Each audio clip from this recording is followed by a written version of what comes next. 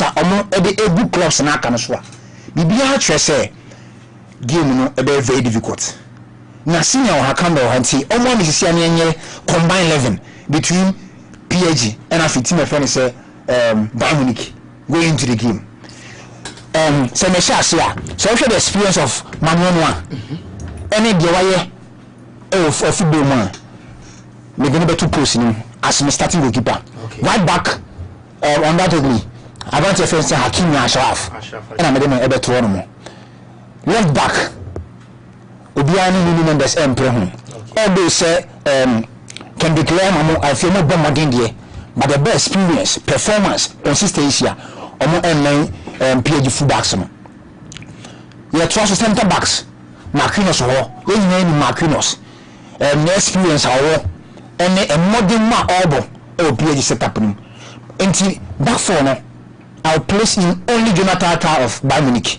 Ocean from Xavi Alonso's project with Leverkusen.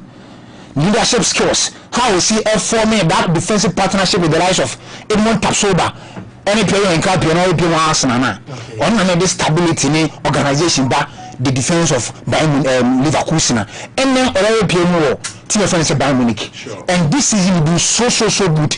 A chair on the normal. On most often, on the direct Upemecano in a type partner for Bayern Munich, but Upemecano say press Abanoswa or tie mistakes or tie commit elementary mistakes. And this season, only will be a suspect or Bayern Munich a chair. And social a chair now. So the goalkeeper can back 5. PSG dominate. PSG being 3. Then Bayern Munich being 2. Midfield PSG is going to dominate. So me call midfield 3 and now. I'm going for Vitina. Then you need Vitina. The control. So you will see dictating the pace in the game. John Neves will be in there. Then Joshua Kimmich. You need Joshua Kimmich. How will he control Bayern Munich in 51? Or in the partnership with Pavlovic. In 51. In 51, you need say PHB able dominating. Now attack. Bayern Munich be baho. You share the exploit of Michael Olise this season. Numbers are all producing. And the quality of football they might this season. I'm for a typical say or a candidate for the Ballon d'Or. Say more than Monaco so say I know the Trosso Echo Cup now. Maybe I just say will be in there. I'm going for Hurricane as my centre forward. Now the Osman Dembele account. Into Ushe line up here. About 6 for PSG, 5 for Bayern Munich. Meaning say game no teams no me na o me involved no o mo who again almost the same about quality and experience after collectively play now meaning second be me adwuna and as I been say bi o ma I think so be no pem but o mo who again almost the same into them say experience. I'm talking about managers no managers and experience in the competition. You know, introduction or any competition twice. Osha House he did Barcelona dominated the competition in 2015. Now or did the attacking trident of Neymar, Lionel Messi, after Luis Suarez, every competition near Barca. That was the last time Barca won the competition. Last season he won it. And the bad experience. Last season, a real friend says Simeone Inzaghi, a Vincent company who said baby, after a game all done. And he also Ocean de Cacao. Sure. Into the Inter ko yi film hono and the crown of any for Bayern Munich and the same company in the bench we friend say Aaron Damstad next at the bench e dey ma Bayern Munich phone and it's a problem and the ban sad ya na say hono no le bi week wa pa no hono afi o hwe squad depth say game no nie dia obi o bench a obetimi aba be sesa game ni e dey ma ni team Bayern Munich unfortunately for them, no, or face some injury challenges are crack. And I didn't even say, and Kajama Musiala, or Procoba and Chantino, all three be equal. And Cassini Nabiness was started giving us number 10, but unfortunately he's injured. And Edina Jama Musiala and a bedroom. Senka, sending up the started. Let's say a game near Jama Musiala. You didn't say Jama Musiala is a quality player. Oh, but that's what is a game. Sure. But any due to injury, he also started game. So she Bayern Munich bench one more. So Stanislas start here. Ubi na Afonso Davis or bench. Defender there. Say give me difficult. Oba no impact na instead of enkwenu sa. Unlike midfielders, any forward say mutimi e ba best sa game bebre no. Na oko bench, so all things be equal. Say PSG started the likes of Zaire Emery. No started Vitinha, started John Nevesa. Fabian Ruiz or bench. So started Kivicha Kvaratskhelia, Ousmane Dembele. No started Zaire Douia or Bakola or bench. Or Gonzalo Ramos or bench. These are quality players at any point in time. But unfortunately, the Bayern Munich bench on my weak because of injuries. In Tihonomo, PSG upon Honomo. Now, what was one analyze game? No, this is younger saying, Maso say, PSG for even though not done more day. No, and one level number from Kaka compared to last season. Show me give me a partner, stay the mood on Timono. And to me say, players Mankasa you will not follow from Ousmane Dembele last season by this time. Now, members, no, around 20 goals by this time. Last season by this time, Nuno Mendes was so exceptional. Last season, Hakimi Ashraf, and they deserve no. Social comedy Liverpool for so. Our party depends. I'm not born from Liverpool for no. But this season, even though they are winning, but on one level, no, Abba from Kaka. Now only say oh baby project edun Pensobia. Team no such shine edun Pensobia now or achieve success now. It takes extra motivation. And some of them motivating from squad no. Enti economics or the law of diminishing return. So be the edun Pensobia. It stabilizes. Now if you say declining.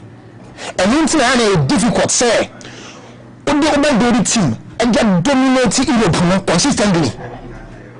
Because say game will be baby say tougher. Motivation day. And you say ever since Nasa Kalafimo any kata investments no ever invest in 2011. They started to invest so much in the squad. Almost say the Jeremy Menez no buy. Have you pastor in the film? Ezekiel Avas in the film? Edson Cavani in the film. Send Beya, or let me dominate European football, not let me win the ultimate at the Champions League. Unfortunately, I'm fat. And Bayern won't go to superstars. I'm the Neymar Junior buy. I'm making a Mbappe team buy. At some point, no fat. I'm going to miss the count.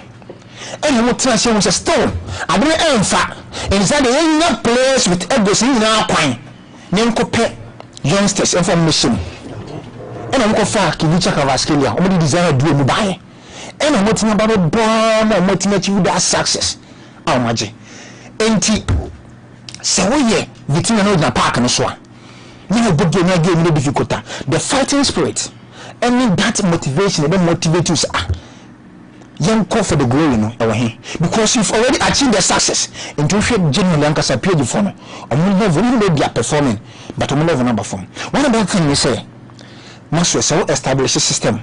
They say, what the air dominate Europe. And so European managers, no, almost the brave. And they not try to exploit the system. No more pick up the deficiencies in the system. No after or find antidote. No more deploy all the deficiencies. No more they are gaining results. And it's difficult for managers and as teams to dominate European competition for quite a long time because managers, they find solution to the system. Now, manager bakope, and ultimately the club dominating the Champions League. Very done. But when that was so dynamic, say game at some point in time, senior Bessia or Bessia game plan the amount. And it's a game near Dia, a box will control this could be that. So people stay compactor, but then there is very avadi or unpredictable. That's what I say. It's not difficult for man and the quality of the cross armor team, no difficult for teams to beat, except Barca for. And you can't anymore. And we can say, game way, and you need to decide them. And me, score and the batting team decide game, and say 2 you will Park the Prince and call back to Alliance Arena. Yes. And media to me, Bayern Munich and every company, they have what it takes to defeat this PSG side. At the end of those legs, game another Korean. And then they difficult because because PSG go home. Maybe some company cross anti bench. PSG a slight advantage. So PSG win or draw for me. Okay. But man in the over tennis score time. Kusman and it's in Kano. Was here another PhD every Madam Cream. Name second leg, you know, out by Munchen, so it's me, I can't Joe Magic. I'm a Coram Campbell, and so that's me, I got to also every Jumadian so. Amanyama atumi akoye opani wadaro masa anawi anyimwe ompomuye maso onyango pardon say onimsa apostle wa haide na super so ya apostle usande nuhu super adawma boy na do asa nanye maso kika hunyamsu enjeri ya face we boy na amani cry say oko na imjana no beba obana mbese me problem wadi ka go dia dance e oduma kuma samuna so powerful na you maso incha Ghana for nyina for Golden country mbese na ebrin ntino also for kasiye pon anyankopon ma do me mu hanti mukra na senka na jama no kra na ona obi a represent na onpaje bremu omokono fo oje nipa yera nyamema ehunamani maso abrabo ni fe na ai adofo no bo moze se asienu ka se enwia na em de pana ori ontu ye se en gospel anya de ina se nje ka go ri ni sa you know srepa enwi asienu ka ina sanka yes maso na anyimne de pa na edu bra odunya asem na odofo a obem pa no ebi are wa gbini se watwe won na enso be yiri na nka oboso mu no agye won na oja won enso de woko na de me kasa asem nyina se maso ofo obi na woni ni to anamon so oba so obema na untimi ehunu ade a woni panim na ni panim hunu se awudin onu o bibi special adwuma na wo ye no ko betimi de ne mo bia boa na se wo to no twene a oni opportunity o ba bia ya no ntam pesa o be successful na onu mo akoshe ba bi na mpa ebo ni se sankofu unyame na etwa omoka eventually that is adia aya na nipa no be expect se na expect se besi menim se Ghana ha njaba now Ghana Premier League nke ka ho asempa se eye enye Ghana mpo na koye West Africa se Cameroon Nigeria Burkina Faso na ani Togo mukra kan so Cote d'Ivoire mo anka e be ka ho asempa eweda even North se Egyptian Premier League ni yeba na sa asem yokosi ya me think we are nyina especially England for na omo insan for na omo hu se omo de omo ye so powerful in the sense that new my negative no omo pesa sell say the chrome ade no so can bet na hey enya apostle kra ni super daroma can be fire police fu bi kra but abotintin no jansa ena ma dwene ho say if we be the seconds oya kra ke to kra only 24 years pe na efe na be dinai ena okọ na Twitter account no no bibra rumor no speculations are na ebe nyina na free ho amba kra but per me investigation amaye say Ghana Premier League ba na on concentration for ukuru me bucket okuriko edimpa and so adibu we see a so who say it happens a part of the game we den e kan obi then seconds here why oya kra kiti Tottenham Hotspur na tete no na or a product of Tottenham Hotspur Academy boy any do baby no feel say or matured enough so unya first team post ya kai and I'm so Tottenham for man as our opportunity and of course Sunderland you must make nyina and you be out many lands and no Espirito Santo oh West Ham and na Roberto Di Serbi so Tottenham Hotspur so teams we know among kakra omoni hia kra kana mbetena si ngamba dwene na dwene was so call La Liga any La Liga is the only league even say Italy, Germany, England and even Spain one angazano and I bet man say Tima e real view do kra na omo that one ko omo nyanwe ya ne sample the value of points omo tima accumulate come do nyanwe kura kana metna si nka let's say del nodo enen ka mebe kana asem the president for Sevilla but we mo danya kura ndi ka metna se na me dwemu Sevilla none the bat be bo Valencia unfortunately the bat see you omo and Sevilla that the bottom 3 Tottenham Hotspur the bottom 3 interestingly team back no can cry no nso ye West Ham nso so e ka ho bi now the American nyina say anano na TSS Stadium of Light team back the last 5 games cannot even Forest in team omo kase sa Sunderland but with the 5 I'm go show what's mean kase ma disrespect Nottingham Forest omo team we use some bobo pa omo bobo enti Morgan Gibbs White mo bobo you see omo can say this is your more form but senka omo ni Sunderland e ko ball Stadium of Light nka nye game where some kwasha 5 on my brother na me kan azam tama Sunderland ko Tottenham Hotspur no and also no there opese oye bibi no punish Tottenham Hotspur na you say before the game against Nottingham Forest say yeah Nottingham Forest cry Tottenham cry no opportunity some survivor omuni West Ham ni Nottingham Forest ni na obi abiti ma na before the game we na give na 5 ni we no Nottingham Forest yeah save in terms of relegation so because of monko no it's a bay between Tottenham Hotspur and of course West Ham back so on account now meaning say game because of Champions League na do women no say game no me suspect bibi wo suspect because of players bi West Ham omo Sunderland omo so West Ham well at the same time players bi so wo mo a omo so wo Tottenham well but there's no investigations whatsoever I say the FA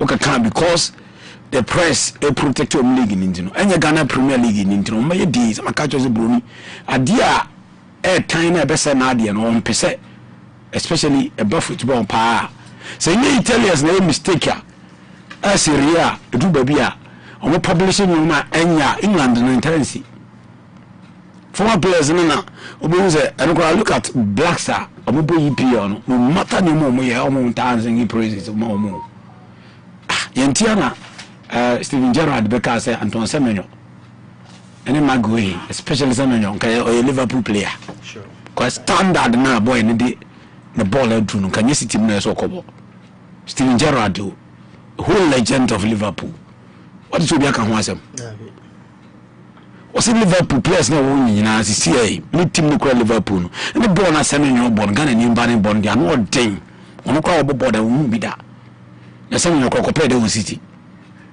What is it? Say or say Obama England, the 3 Lions of England, Abananka, Jimmy Carragher must start it. Rio Ferdinand Tamo. Kabu said the way tabloids are you keep a chance as Omobonabaso. But because he's a Ghanaian, or a man or man, and be about Omuligino, the Indian Omtad Africans, no, almost a legend of Liverpool. Jimmy Carragher must have been Munamaka. And so say Koye Makelowin ball our boy and we both the standard level of Musala boy for Liverpool Bianca Cars and for almost one. It is a give no maybe players are say FN starting investigation or some not for a do some not Tottenham no problem some not West Ham no problem or we do more problem or more pan Newcastle United rivalry down no so but apart from that but players be man come initiate investigations and kebu hu ba bi true and don't forget the EPL near con ya bono ya can say it is the most can say an intense league in the world especially say open your team kon ba kitu anim no metima ka chose no so course was here necessarily so against figure super ni not some disrespecting the titles or win here but Fergie trophies or and a fine favor from the boys or more and not to omo coach other clubs. A part of the game. Super Nintendo Super Cars Ghana Premier Cup only maybe likely Zebako. if you baby Sami man cost over baby but Ghana and Kwani think that we a first game no one but a cost with EPL okay and any one say Ostafona because Tottenham was baby obedi 18th Kofo be predicted Tottenham so be you know why obviously Tottenham fans near home so on journey hand time but I can confidently tell you say Tottenham is not going to relegation. Tottenham will not go. Okay. And this is the EPL. The Tottenham predicted, and it will definitely come to pass. I want to be Sevilla. Some day, they are need domo asem. Said we some them Sevilla. And yes, Omunko Bida. 1999, 2000. Sevilla went to relegation. Sevilla. I remember Manchester Vigo in 1992, and since the be administration by my fans and co protest here the following season. But now Sevilla. A ba Europa League or the Masters in Europe. Apart from Champions League, no more Mayeno, but ne. They are Nido and Kofono, Neldo and his colleagues in a board. No more Mayeno and so any cry. Me Champions League, American catch on me stand. Me say Saudi Barcelona Bijanaho, Liverpool Bijanaho, Bayern Bijanaho, Real Madrid 100. Me American catch up. And the Champions League boy. Me ubusam say makoma wo hin pa kama makoma bewo PSG either PSG Arsenal or Atletico de Madrid. Why? Because Milan atita plus ase kra no ba bia Milan da no mpeso bia ba besan no Champions League no say Bayern ne Liverpool ne Barca be hye agi trophy na be equal Milan mpo and probably ma toss because of wo hye senior trend ne corner Milan nyenye ready so back to even compete so or compete well mpaji trophy na twem ti Madrid de jako anyenko enti me makoma no PSG na nwumre but game na nkasa so kra no we no Kusma ne combined 11 and me transfer me can say Vincent Company do for Africa there but me who extraordinary nyoma bia oye as a coach Madika kan obi be ka say ne game na on te ho nti ne bia na ban PSG ashom na me pese otena ho. And then the machine of Louis Enrique in the second half actually say your coach is going with the game on the second half on Juma. And Louis Enrique nima all year or Sabbath body and I say unworthy because say when your team omuji some community for club World Cup or man team anye when your team omo sha see yi team no kwa no ba man sha see because of a bre ne no be ndi ban nya sa opportunity ni ko sha omo. But not this time. Game move player for player. Medical catch us say Bayern no players. The traditional back four of Bayern Munich, apart from goalkeeper, Manon will be an overstart to PSG. Opamecano, wo. Ah, in fact, me no. Jonathan Ta obeball I say Ghana for Kenya nia or Kontokwa. So when you intelligent player, they say Disoro Due. Osman Dembele. Between a crowd also because of Fabian Ruiz. Yes. And the game meaning sentence around Fabian Ruiz, the Spaniard. Because of the intelligence, how we read the game. Yabeka Kvaratskhelia, Disoro Due, Osman Dembele, Obobo, but the uncle man will be Fabian Ruiz. Sabun Kumano. Adia or the Bayesa, Nkofumi, no, Opamecano. In fact, I need Jonathan Tabaya Hosam. And me game we know because I will come for player, I player for player. Pavlovich is the only player in the middle. If him say what the PSG set up no be sure if you beat me to Abia to some extent Emery every ho. But Vitinha and Fabian Ruiz a bad thing. So beat my boy room. And apart from the attack the Hurricane, the only thing now by a war, PSG will be a Hurricane in terms of all producing numbers. Yes. But PSG the end of more left, right, center, will be at Michevi. And the game winner a purely tactical. A coach is no. Tinam person Vincent Company, Jananka Louis Enrique Chiranadie. Though by understand the opportunity, be say, or more call a French soil, especially France, were against 16 clubs and or more winning 14. Undoubtedly, or more holding over French clubs, but not Louis Enrique Tima over semi-finals. All your clubs by home and away. Me, how many? Me, William Pacho and then Marquinhos partnership no go be if for say especially pundits in the in Europe for say if I should have Hakimi minimum Mendes Penimuko in Jebema Ebia Olise any Diaz opportunity say meet my common bebre and I can confidently tell you that this is the game where Machiavelli say Angela me Yama no take one defenders the ball is our positional play with Jinawa no opportunity no that benechino we don't play such games against Vitinha Fabian Ruiz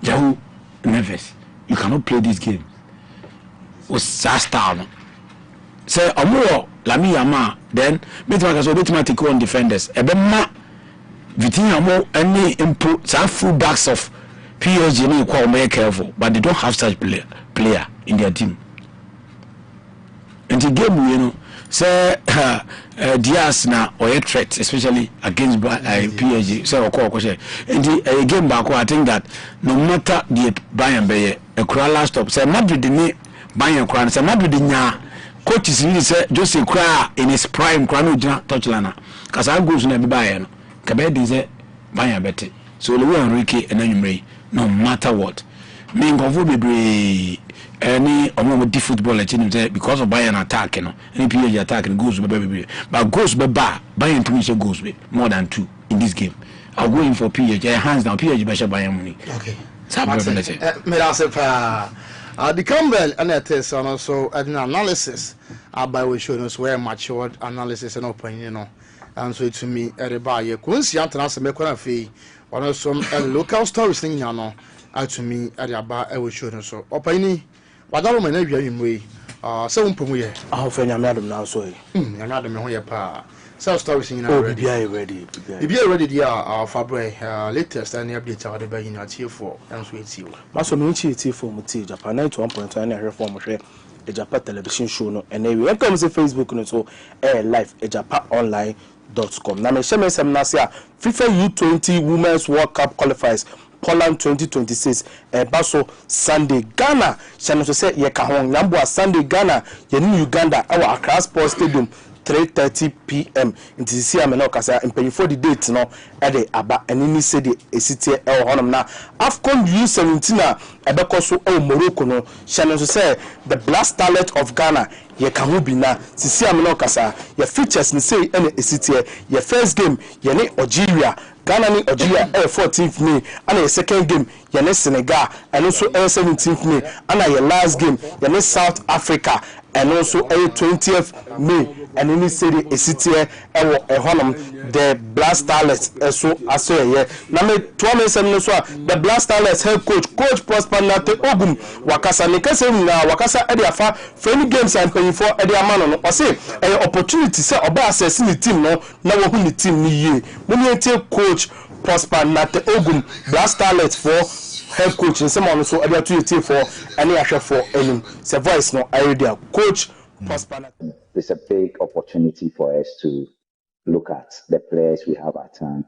Locally, we've been able to play series of friendlies with Premier Division size, Third Division size, Division 2s and academies. And they've been able to express themselves in terms of our team structure, the principles within the team structure.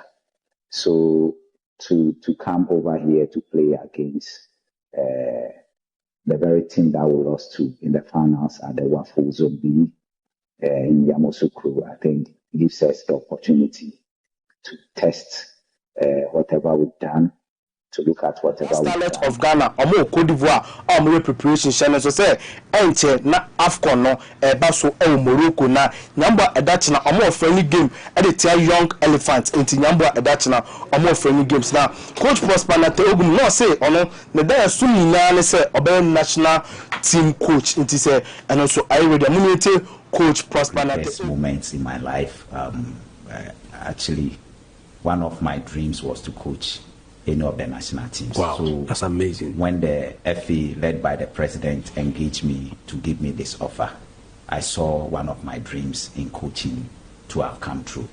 So I passionately took it with a lot of devotion. Look, I say U17 Afcon Ebasu Morocco no Ghana referee regional Collins Amwa Sisia and Penifo ato Omosa Ade Afreno say Obekwa Koye center referee na wadi sa game and he said the esite na Gaka chairman Mr. John Ansa Wakasa or say Ghana your leg no one of the best league pa Africa. It is say Oshe say be Tanzania, Oshe Kenya, Omoleg na the two Ghana, Ghana so your leg no one of the best league Ghana. It's Mr. John and Sansemon so one player from Kotoko and one from Asofo who were fully local based players. During the qualification, you realize that there was some opportunity leading to the qualification to 2026 World Cup. We have some few months now to go to the World Cup. A new coach has been appointed. I don't know much about his plan, but I'm of the view that he might consider doing same or even more. The local league, sometimes we complain about not being the best. But if you look around us in this continent, one of the best. And so I think that there's so much room for improvement. My clubs too have to play a major role in improving this sense. You go to some venues and you could see. Asana, former GFA Vice President, Ura George, Efiye, one also Wakasa, or say, Ghana, your referees no, the Bia, Omu Jessica, every club owners, the Bia, Omu Jessica, every Omonti, Yente, Uncle George, every also sama, what they are to you for any ashe for any voice no, I ready on Ghana referees. Sika referees in every club owners who change said they are not there. Quote me anywhere and I'll come and defend it. Sika referees free club owners one no. We see Sika drives are Omukia in Jufia and us came to do the expose. Quote me and I'll come out. My true challenge back up. It's only one challenge back up. Me say the referees chairperson. Omunji phone record. Have club owners now. I'm afraid a day before a match, 2 weeks before a match, a week before a match. You see, we are in a digital world. Nothing can be secret again. You're not helping Ghana football. You know what I'm talking about. Jaisa. Uncle George, a free year, name someone also, and you have to for any yasha for any channel also say we can ye and a day with you, a better say on Friday. Now, young channel to say Mediama, woman baby gold stars, first and second. Now, out of game at the Basu, young Mediama, who said the Bianca with the promotion there, and do one of the or Ghana Hanum number 1. Young promotion Mediama for my promo 2 on the game against baby gold stars. Hamza Obey on my fresh so it may win Ghana games now. I can Premier League no. Munete Hamza wabe so sama odatu yete for any ashe for and him say I ready. Hamza Obey interim coach for me and I need to take everything out and then bring all what I can do to ball so that I'll try to manage everything. Any element recreation minister Honorable Kofi Idi Adams or say Afcon na Ghana do hosting Yambua 2027 so odia to yete for any yashe for enim na maso emane ekoye party mame face na ene brother it mo mame cha me mame Abna Joyce out on London yes me mame Abna Joyce me say yakopon hira e de ma ade bia we bia it mo mame cha no ana mafia face na papa Christiana ote say what the local stories no out to me Agyapa e will show no so enche yene apostle Richard and come and so to me adding come up panel mighty chapel and enche I never pan so to me adding come is ya the oduma kuma semna no dance bra bomu hobby e wo so a adaroma wo say okọ ya panel mighty chapel afi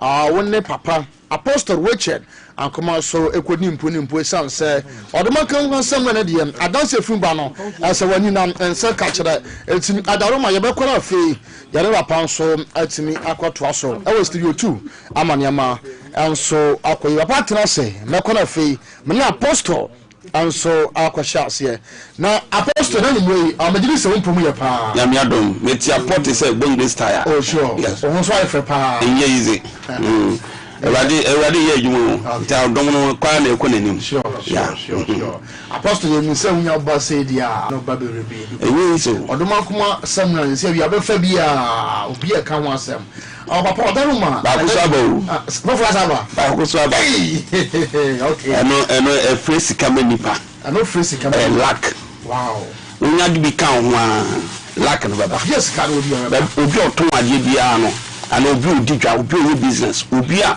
o pe bibia yakọ nanim sa de ya ma ye nsuo keke esu nsuo uru a obaka say nsuo esu nsuo wow bajoti ebe ye juma rough I see Onyankopon so ye dae na opese odi Ghana man hu say ye no ebi aye adwuma okay yeah